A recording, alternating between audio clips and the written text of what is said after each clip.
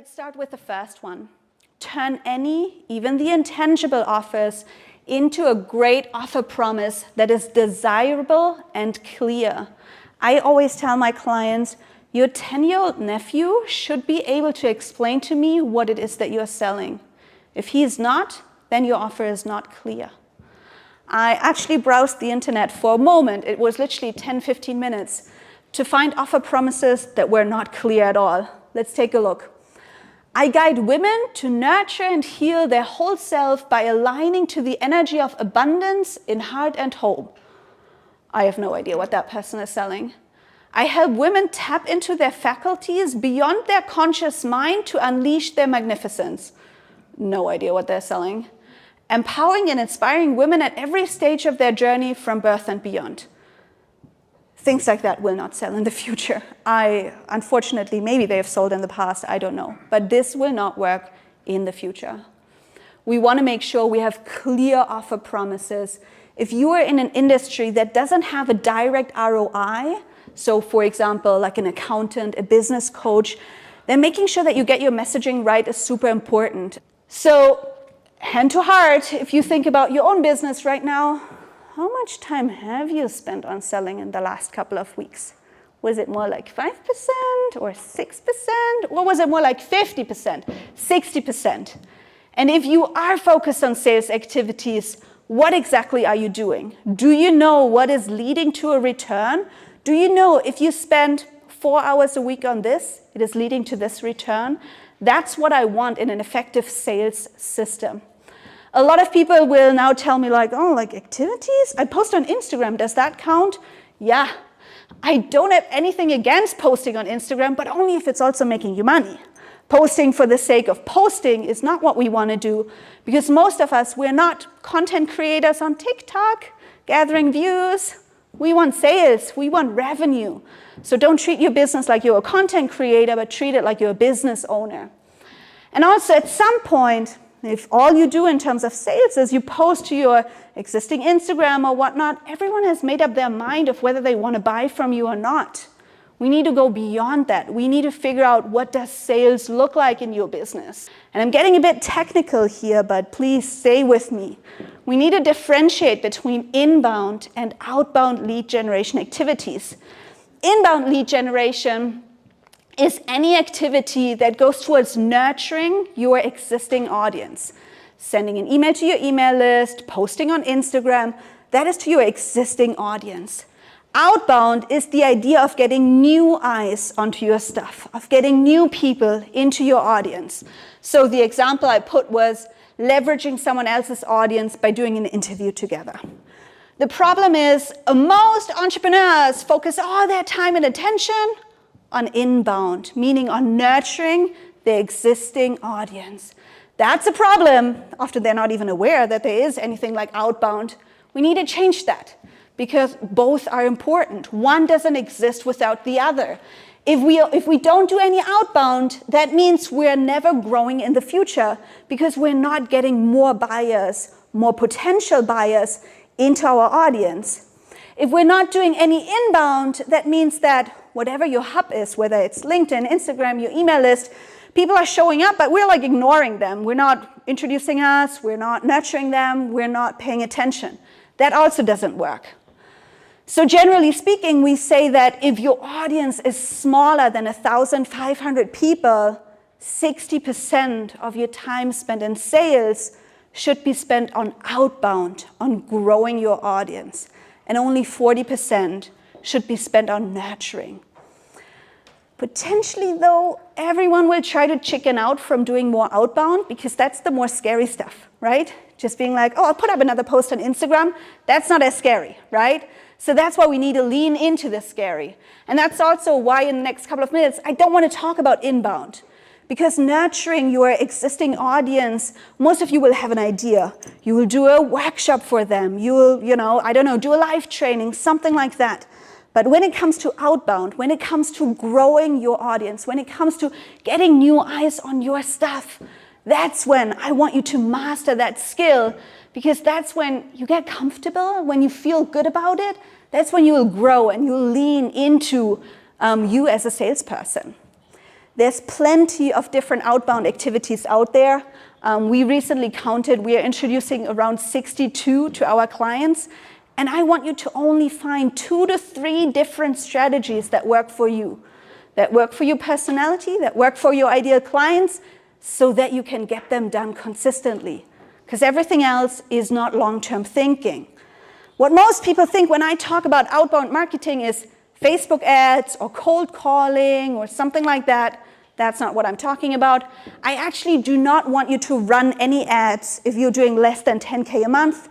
Very simple. I'm not going to go in it too much, but the idea is if you can't sell in an active way, then you can't sell passively. Because the whole idea of an ad funnel is that it's very passive, right? From Facebook ad to landing page to freebie, blah, blah, blah. Every interaction has to work in order to convert. But if you haven't figured out how to do that actively through your social media, through conversations, then you don't know how to do it passively. Try running Facebook ads if you're doing less than 10K a month, and most likely you're spending a whole lot of money for nothing. Once you've mastered active conversation, then we can go into running ads. I want to give you a couple of different examples of what outbound can look like. And I took specific client examples to make it more tangible. This is Missy. Missy hates social media. She didn't want to show her face anywhere. She's an energy healer. The problem is her industry is super intangible. People don't understand energy healing. I had no idea about energy healing. So we needed to find a way so that people quickly understand, this is why I need you, Missy. This is why I want you in my life. While also not showing her face all over social media because she didn't want to do it. And I don't believe in pushing someone into doing something that doesn't feel good. So what we landed on, and what has now made Missy 20K a month consistently, is there's one thing that she does, and now she does it extremely well. She gets on other people's podcasts, and instead of talking about her offer, she does an energy healing session on the podcast host. And it's genius, because everyone listening to this conversation is understanding how energy healing works. She easily sells just through doing a couple of podcast interviews every single month. If we look at Amelie, funnily enough, also someone who told me I don't want to be on social media all day long, seems to be a pattern with my clients, that's okay. So we're like, okay, Amelie, what are you good at? What is your natural strength? And she was like, I suck at writing posts, I'm not good at copywriting, I don't want to be on videos. And I said, these are the things that you're not good at. What are you good at? And she said, I'm really good at talking to people. And I was like, awesome, you're based in Miami. Let's create an event once a month. And her event looks like getting people to a pub. That's fine. And then now she only sells through that event. She gives a little 5-minute speech at the beginning. And then she connects to every individual that is coming, gets their phone numbers, and sells to them afterwards. This is Anna. Anna is a career coach. She likes social media, but she was like, okay, what can I do consistently that works well for me? We set up an automated LinkedIn funnel, costs $100 per month, makes her a whole lot of money. This is Taina. She's actually also Finnish. Some of you might know her. She's a Notion expert. We're thinking, how can she get in front of ideal clients? And how can we make it simple? So instead of chasing and like figuring out where are my ideal clients hanging out, what she does really well is she takes part of masterminds like Marianne's or high-ticket programs like ours, and she does a live training in there all about why you need to be freaking organized as an entrepreneur. And it works great, because instead of being in front of low-ticket buyers, she's in front of high-ticket buyers only. So these are all examples of how outbound strategies work. I have plenty of more. I recently recorded a 17-minute long video where I just go through all of the different strategies. I want everyone to find strategies that feel good when selling. To me, that's the only way to grow sustainably. You can always adopt strategies that feel shitty, but not in the long run. So the first thing, remember I said we're going to go through 4 things. The first thing is your leadership mindset, right? Before you bring on people, or even right now, it doesn't matter if you've already hired, you've got team members, you've got to work on your leadership mindset, right? The internal world of how you lead. Here's some of the most dysfunctional, ineffective beliefs that people have when they think about hiring, right? Feel free to screenshot it or I'll send it to you. Just put your hand up if it resonates. No one can do it like me. I know. It's so satisfying for our ego. We're so important. right? Maybe not. I'll give it to you. I'm going to tell you there are people that can do it better than you also, but maybe not. But honestly, 80% done is 100% awesome. Dan Martell talks about this in his book, Buy Back Your Time. Just 80% done is awesome. You're on the ski field. You're sitting in this talk and someone messages you and it's done. Isn't that better than it never getting done, right? What if people let me down? Look, I'll be honest, they will. You have wildly high expectations. You fill the role of 10 people in your business, by the way, and you hire one admin person and thought they should have done 10 people's roles. It's the biggest surprise for most leaders. But also, let people surprise you. What if they amaze you? What if they surprise you? So many of us don't even give people a chance to let people surprise us or support us. I still have to do it all. Hard lesson, but your job is to hire and get out of the way. Out of the way fully. We're going to talk about that more, right? There's nothing more required of you. And that's really important. I'm not ready yet. I'm not a leader. Look, you don't want to hire when it's too late, right? You don't hiring reactively and needing like fast hires now because everything's burning, everything's breaking. It's the worst context to hire from. So right now, if you're sitting in this room, you're, I'm not ready to hire. My revenue's not there yet. Become the person. Right? You don't need to have a 7-figure company to start thinking like a 7-figure CEO. Leadership is the exactly same way because it starts with your self-leadership. But I don't have the money yet. Classic. Anyone feel that yet? It's just like, I just don't quite have that revenue yet, right? To hire all the people I want. Look, you've got to consider how much money you're going to make back when you get that time back.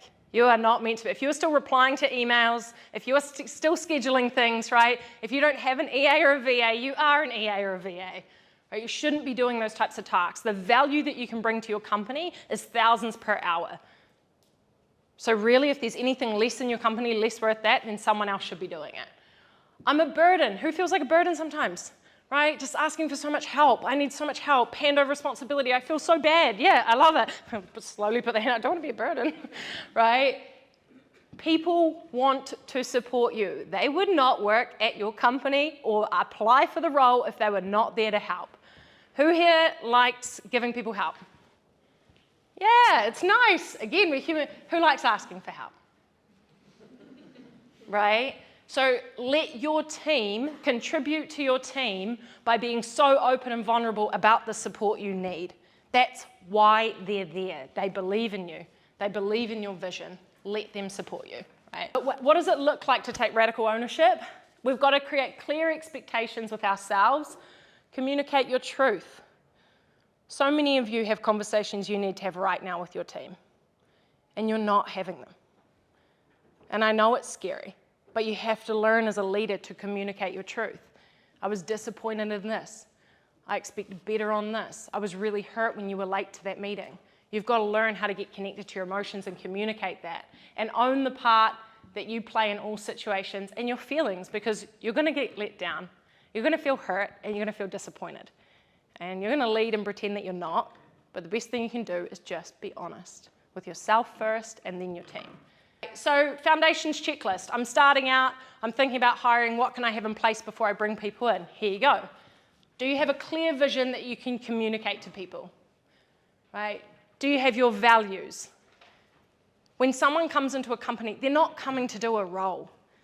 And if you think they're coming to do a role in a job, like who really cares, right?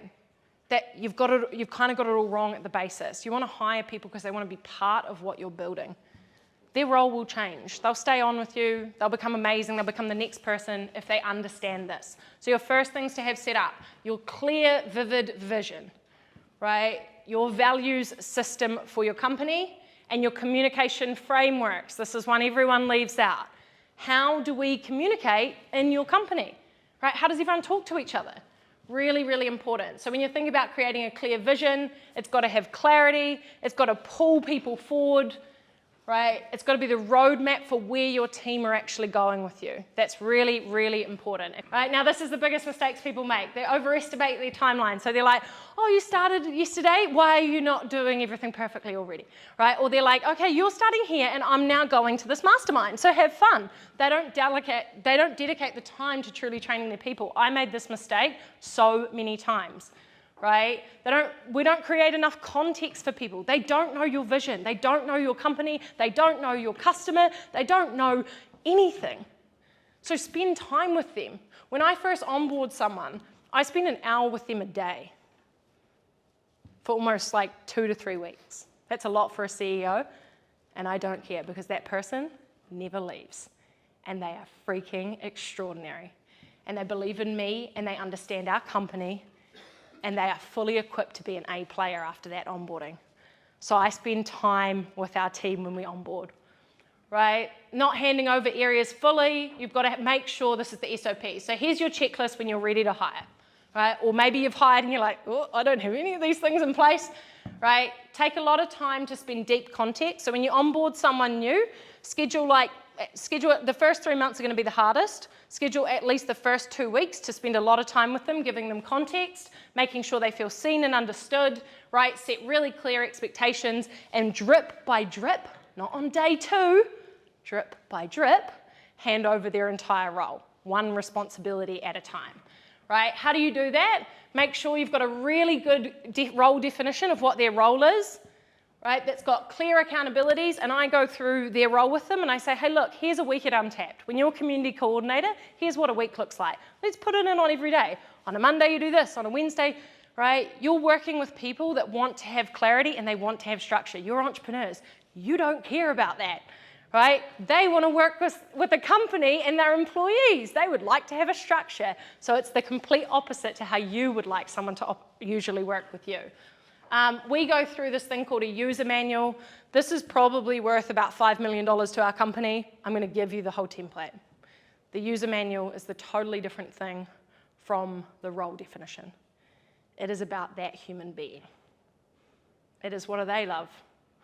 What's a GIF or a song that would describe them? What's their greatest life achievements? What's their vision for the future? What's their zone of genius?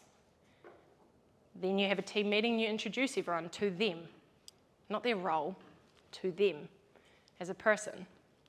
If your team feel like you give a shit about their family, about their life, about their dreams, they will go above and beyond for you. So every person in our company does a user manual, then we have a digi coffee, they call it. They love digi coffees. And we learn about that person, right? And then give them an onboarding roadmap. Oh my gosh, like it's a horrible experience for someone to come into a company and be like, have fun, right? Give them a document that's the first 3 months, what the first 3 months in your company looks like. It's called an onboarding roadmap. The first week, you're going to learn about the company. The second week, I'm going to give you some of your responsibilities. The third month, you're going to be doing everything, right? And give them an exact roadmap of how you're going to roll out together. The first 3 months are the most important, and this is one of the best quotes of all time. You cannot get upset at uncommunicated expectations. Kuten moni, joka on keskustellut mun kanssa, niin tietääkin jo tässä vaiheessa, että mulla oli se tilanne, että 1,5 viikon jälkeen aloittamisesta mä olin tehnyt jo ekan 10 000 myyntiä, siitä muutama viikko eteenpäin yli 20 000 myyntiä ja pystyn jo palkkaamaan tiimiläisiä.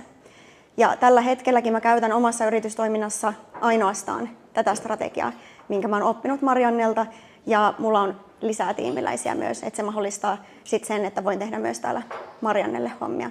No jos miettii myyntiä, niin mä sanoisin, että se itsevarmuus lähtee oikeastaan 3 eri asiasta. Eli tietää tavallaan tosi tarkasti sen, että mikä sen oman palvelun arvo on. Sitten tietää, kuka on ihminen niin kuin itse ammattilaisena, koska me ollaan eri roolissa. Me ei olla mitään siviilihannamarina siellä puheluissa, vaikka me käytetäänkin sitä omaa kokemusta ja ollaan niin kuin vilpittömästi keskustelemassa. Ja sitten 3. asia on se, että sä tiedät tarkalleen, mitä sanoa. Ja tämä ei tarkoita mitään semmoista skriptistä lukemista, vaan sitä, että sä oot oikeasti esimerkiksi harjoitellut tosi hyvin myyntispiikkiä ennen kuin sä meet sinne tapaamiseen. Koska jos me mennään sinne sillä tavalla, että tulee tommoista sinne väleihin, niin siinä tulee helposti se tunne ihmiselle, että hän joutuu kannattelemaan sua. Ja sä menetät sen auktoriteetin ja luottamuksen siinä kohtaa. Eli se ei niin kuin ole ok.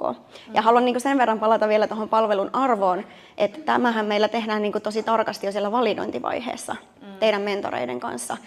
Mutta itse olen tykännyt myös, niin kuin siitä mä teen myynnin myös omassa yrityksessäni, että mulla on semmoinen selkeä yksinkertainen dokkari siihen, että mitkä on ne 10 pääasiaa, missä mä pystyn oikeasti 100% varmasti auttaa omia asiakkaitani, niin vaikka sen kertaaminen ennen kuin menee sinne puheluun, että tietää ketä voi auttaa ja ketä ei voi auttaa.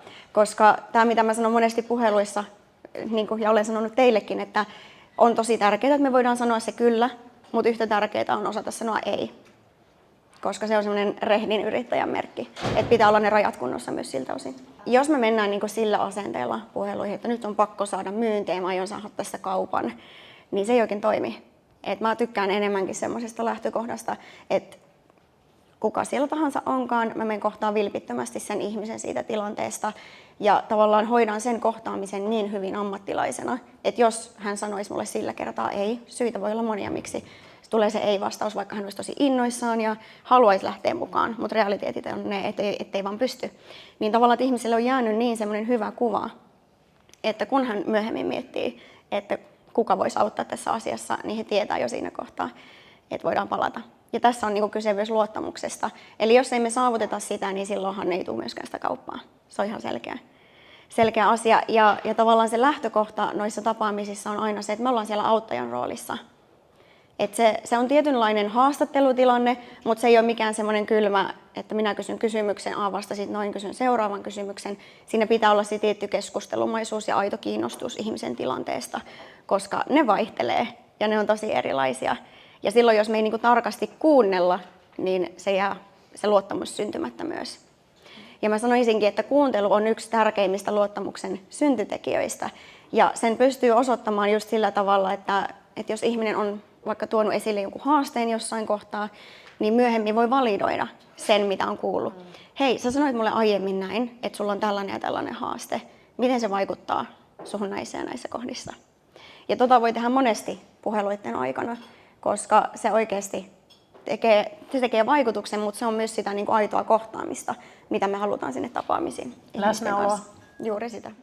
Mä tarvin nyt apua, että mä tiedän, että tämä tuote on hyvä. Mä tiedän, että ne, jotka on siinä puhelussa, niillä on varaa ja ne hyötyisi tästä tosi paljon. Että mä näin, että siinä oli, että se tavallaan se, aina se kaatui aina siihen hintaan. Vaikka se ei ollut edes mitenkään älyttömän kallis, eli 2 tonnia plus alvit.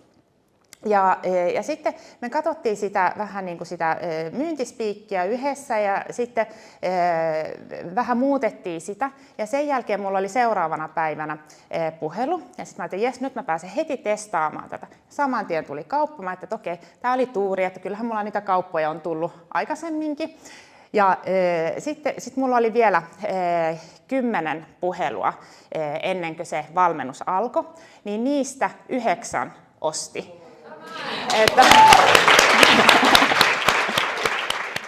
Mutta niin kuin tavallaan ne myyntitulokset, millä mä pystyisin myymään sitä mun palvelua muille, niin jäi vielä niin kuin pieniksi. Mutta sitten nyt me lähdettiin tähän hommaan sun kanssa, niin tosi nopeasti tultiin siihen tulokseen, että mun täytyy lisätä siihen mun ohjelmaan vielä se, että tämän mun asiakkaan hinnoittelu täytyy olla kunnossa. Joten se tulee olemaan osa sitä mun palvelua. Eli mä tuun niin kuin tavallaan myymään niille sen ajatuksen siitä, että niiden täytyy pyytää isompaa hintaa niiden omasta verkkokurssista myös. Eli ne ei voi myydä 29 euron kurssia, jos ne haluaa saada yli 10 tonnin lanseerauksen. No ehkä sellainen juttu, mitä mä en tiedä, kannattaako tätä tunnustaa tässä näin, mutta mä olin kuitenkin silloin vuosi sitten, kun mä aloitin ollut jo 3 vuotta yrittäjänä, mä en ollut tehnyt yhtäkään myyntipuhelua siihen mennessä. Ja nyt niin kuin myyntipuhelut on ihan best juttu. Siis mä niin kuin rakastan niitä ja mun puoliso aina sanoo, että ja Hassarilla on taas myyntipuhelupäivä, että näkee, kun on niin jotenkin se energia on niin hyvä. Ja mun mielestä se on ihanaa, koska se tyyli, miten myydään, ei ole sellaista myyntiä, vaan se on oikeasti sitä, että se ihminen, joka siinä on siinä puhelussa, että se saa multa niin paljon, että se lähtee tyytyväisenä siitä puhelusta, vaikka mä oon myynyt sille 3,5 tonnin valmennusta. Olihan se jännää, koska en mä ollut koskaan aiemmin tehnyt sillä tavalla vaikka myyntiä. Ja mulla just se, että mä aina vihasin myyntiä. Eli vaikka mä oon tehnyt paljon erilaisia juttuja, niin mä oon aina pyrkinyt välttämään sitä. Koska mä vaan haluaisin auttaa, mutta mä en haluaisi sitä myyntiä siihen. Ja se oli myös syy, miksi mä halusin lähteä tähän mukaan, koska mä mietin, että voiko tää olla se tapa, miten mä oikeasti tykästyn myyntiin. Ja mun mielestä se on ihana, kun Marianne puhuu siitä, että miten hän rakastaa sitä myyntiä. Niin nykyään mä voin oikeasti sanoa, että mäkin rakastan sitä myyntiä. No pilotissa jo itsessään nousi hinnat ja sitten heti pilotin jälkeen mä kaksinkertaistin vielä sen hinnan. Ja sitten on siis 5-20 tonnin plus alvin niin kuukausia, että vähän vaihdellen ja mulla on ehkä just se, että nyt on vaikka tiimin kasvatusta ja tällaista niin kuin mielessä, mutta mä oon tällainen hidas yrittäjä, niin kuin, että pikkuhiljaa menen eteenpäin, mutta siis tosi hyvin niin kuin numeroissakin näkyy ja vielä tuntuu silti, että on tosi alussa. Siis IGAsta sain myös sitä, että mä oikeasti sain sen antamisen ja vastaanottamisen tasapainoon. Että se ei ole vaan sitä niinku... Annan. Joo. Ja just vaikka maksettaisiin, niin mä annan vielä lisää. Vaan just se, että se on balanssissa. Niin kuin monikin asia ylipäätänsä yrittäjyydessä, niin että saisi ne balanssiin. Niin. Mähän tein tosi vähän niitä myyntipuheluita. Siis oikeasti mä tein ehkä 10 myyntipuhelua. En tiedä, teinkö sitä vai 9. Ja niistä siis closeaantui 6. Niin. Et mulla oli